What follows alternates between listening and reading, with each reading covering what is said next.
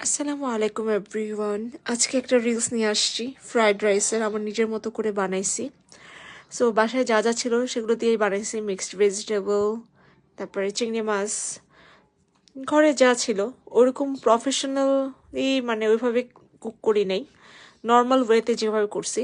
So অনেক আপুরা হয়তোবা যারা অনেক ভালো রাঁধুনি আছেন তারা হয়তো বা এই রিলসটা দেখলে বলতে পারেন যে এইভাবে কি মানুষ ফ্রাইড রাইস বানায়।